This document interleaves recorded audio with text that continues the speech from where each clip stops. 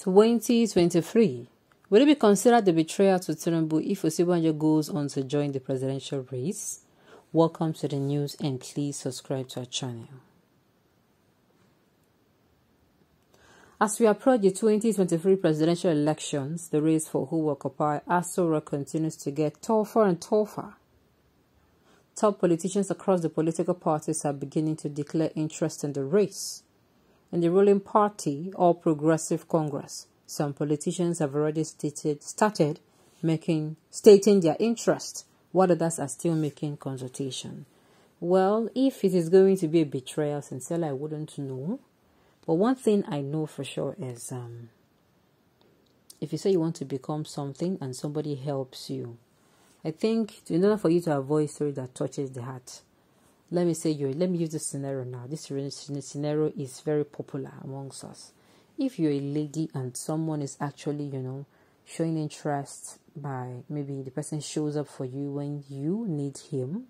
Let's say when you need him, he's always there for you, he supports you. And see, the earlier you ask him his attention, the better for you. Don't assume he's a nice guy. Yes. Somebody, does things for you that without as in effortlessly. It is better if you open your mouth and ask questions, sir. Please, what are all these things for? You ask questions. If he tells you nothing, please, from time to time, not rudely, very calmly, make sure you ask him again and again. So at the end of the day, somebody will now come and say, it's because I know that time, if you now go into government, you are now going to now give me contract. No, there's nothing like that. State your reason. Find out. So that it won't be a set of, okay, I help this man, and tomorrow he's no longer, he picks my call. So that it will not be like that. There are people who are sent to help people naturally. It happens. But when you are feeling that something is off, please open your mouth and find out. Ask questions. Okay, that is all I'm going to say. Because some people now will come out and say how Osinbajo is actually an ingrate. Some people will come and say, oh, how, he helps Osinbajo and all of that. At the end of the day, I have ambitions. I have a life to live. I don't think I'm going to leave it for somebody just because the person helped me. No, now. That is why I said ask questions. Whether a man, whether a woman, ask questions. So at the end of the day, you're not going to be in a very bad place. Okay, the news in detail, please stay with us. A few days ago, the national leader of All Progressive Congress, APC, Bola Ahmed Tinubu, informed the president of his desire to run for the presidency. Tinubu, though, has not informed the masses. From what he told the president, it is clear that he will be telling the public in a matter of days. Vice President Osinbajo, who is likely an ally of Tinubu, has been receiving calls to run for president. But with Tinubu telling the president that he is interested in the presidential race, many are thinking that the vice president should drop any ambition about contesting for the presidency and support his boss and ally. Will it be considered a betrayal to Tinubu if Osinbajo goes on to declare interest in the race? Considering the relationship between Tinubu and Osinbajo and also the political benefit the vice president has enjoyed through Tinubu, many are feeling that if the vice president answered the calls to join the presidential race, it will be a show of ingratitude or betrayal to the APC leader. But in my view, it will not be considered a betrayal to Tinubu if the Osinbajo goes on to accept the call and declare an interest. And this is because it is most likely that the APC leader may want an ally to succeed the president, should in case he missed out on the chance to succeed the president. I'm believing that the APC leader will even encourage Osinbajo to join the race also. Do you think that the vice president will not answer the calls to join the presidential race now that his political boss and ally has informed the president of his ambition to join the race? Well, I don't think so. I don't think so. I don't even think it's a betrayal.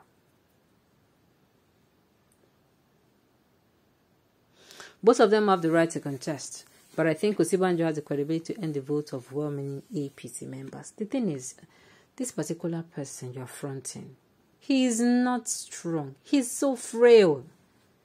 How do you expect the public to choose from? No. Don't do that.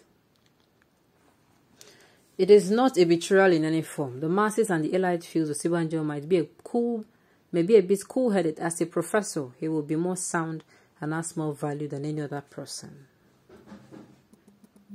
I think the two of them should have a meeting with key elders to moderate an agreement or understanding on who among the two has the better chance of winning the election at primary level and at national level.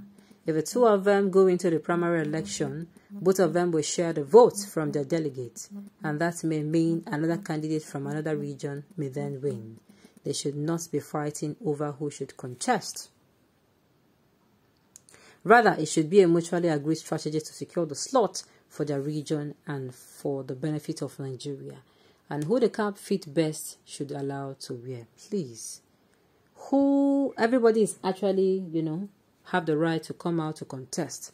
But at the end of the day, we all want the best man, not just the best man, the best competent person to emerge as the winner.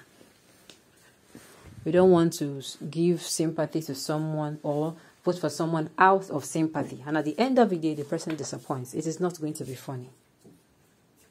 Nigeria needs a very competent young person who is going to be playing the role of a builder. And if we miss it now, if we miss it, the coming election, sincerely, let us know that it is not like pencil. When you make a mistake with pencil, you can easily erase it. Use one. We have been writing with pen, and we have a lot of mistakes. Unfortunately, I keep saying the person who removed history from academic board, sincerely, I don't know why, but 2023 is our only shot of using a correction fluid, and that correction fluid is going to be the election.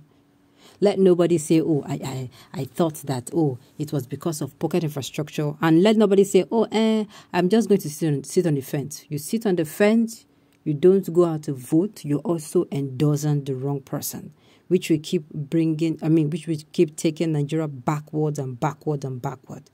Look around you. Other countries in Nigeria are trying. Did I say other countries in Nigeria? Other countries, other African countries, and of course, other countries are trying to, be more and be better for themselves. And there is no time to start that now. Tomorrow is too late. Don't say, because after all, it's my vote, and at the end of it, it is who I want I will vote for. No. Vote for the most competent person, not people who you think, or what the person who you think. Make sure that the person is competent. Okay, on this note, we have come to the end of the news. We say thank you. Tune in to listen until I come your way next time. Enjoy the rest of your day.